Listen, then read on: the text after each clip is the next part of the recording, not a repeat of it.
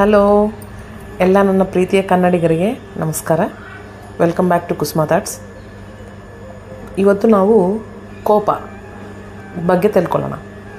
ಕೋಪ ಅಂದರೆ ಎಲ್ಲರಿಗೆ ಬೇಗ ಬರೋದು, ದುಡ್ಡು ಖರ್ಚಿಲ್ಲದೆ ತುಂಬ ಬೇಗ ಬರೋದು ಏನಪ್ಪ ಅಂದರೆ ಕೋಪ ಮಾತ್ರನೇ.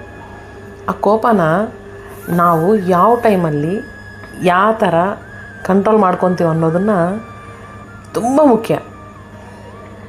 ಅಫ್ಕೋರ್ಸ್ ಗಂಡ ಹೆಂಡತಿ ಮೇಲೆ ಕಿರ್ಚಾಡ್ಬೋದು, ಇನ್ನೊಂದು ಮಾಡ್ಬೋದು, ಮಕ್ಕಳ ಮೇಲೆ ಕಿರ್ಚಾಡ್ಬೋದು, ಎಲ್ಲ ಮಾಡ್ಬೋದು. ಕೋಪದಲ್ಲೇ ಎಲ್ಲನೂ ಆಗುತ್ತೆ ಅಂತ ಅಂದ್ಕೊಂಡ್ರೆ ಎಷ್ಟು ತಪ್ಪು ಗೊತ್ತಾ ಅದು. ಕೋಪದಲ್ಲಿ ನೀವು ಏನೇ ನಿರ್ಣಯ ತಗೊಂಡ್ರೂ ಅದು ನಮ್ಮ ಲೈಫೇ ಸ್ಪಾಯ್ಲ್ ಮಾಡುತ್ತೆ. ನಿಮಗೋಸ್ಕರ ಬಂದಿರೋ ನಿನ್ನ ಹೆಂಡ್ತಿನ ನೀನು ಕೋಪ ಮಾಡಿಕೊಂಡು, ಮಕ್ಕಳು ನೀನೇ ಕಾರಣ ಹುಟ್ಟೋದಕ್ಕೆ, ಆ ಥರ ಇರೋವಾಗ ನೀನೇ ಬಾಯಿಗೆ ಬಂದಂಗೆ ಮಾತಾಡಿದ್ರೆ ನೆಕ್ಸ್ಟ್ ಅವ್ರೇನು ಕಲ್ತ್ಕೊತಾರೆ? ಹೆಂಡತಿ ಏನು ಮಾಡಿದ್ದಾರೆ ಎಲ್ಲ ಬಿಟ್ಕೊಂಡು ನಿಮಗೋಸ್ಕರ ಬಂದರೆ ನೀವು ಅವ್ರ ಮೇಲೆ ಕೋಪ ತೋರಿಸಿ, ಅವ್ರು ತಿರ್ಗಾ ನಿಮ್ಮನ್ನ ಏನು ಅನ್ನೋಕ್ಕಾಗದೆ ಏನಾರು ಅಂದರೆ ಇನ್ನೂ ಏನಾರು ದೊಡ್ಡದು ನಡೆಯುತ್ತೇನೋ ಅಂತ ಭಯ. ಆ ಥರ ಭಯ ಇಲ್ಲದಿರೋರು ತುಂಬ ಜನ ಒದ್ಲಾಡ್ಕೊಂಡು ಸಾಯ್ತಾರೆ.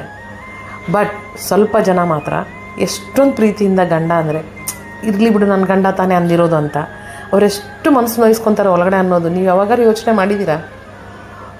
ಸೊ ಪ್ಲೀಸ್, ಎಲ್ಲನೂ ಕೋಪದಿಂದನೇ ಆಗಲ್ಲ, ಎಲ್ಲ ಕೋಪದಲ್ಲೇ ಹೇಳಿದ್ರೆ ಆಗುತ್ತೆ ಅನ್ನೋದನ್ನು ತುಂಬ ತಪ್ಪು.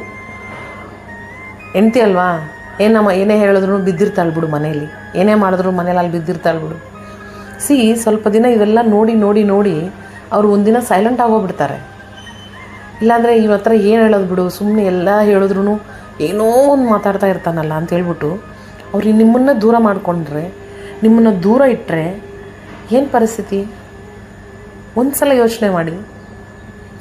ಅಣ್ಣವರೇ ಎಲ್ರಿಗೂ ಹೇಳ್ತಾ ಇರೋದು, ಹೆಣ್ಮಕ್ಳಿಗೂ ಇರುತ್ತೆ ಕೋಪ, ಬಟ್ ನಿಮ್ಮ ಜೊತೆಯಲ್ಲಿ ಸೇರಿಸ್ಕೊಂಡ್ರೆ ಅವ್ರಿಗೆ ಸ್ವಲ್ಪ ಕಮ್ಮಿ ಇದೆ. Please love your wives. Thank you.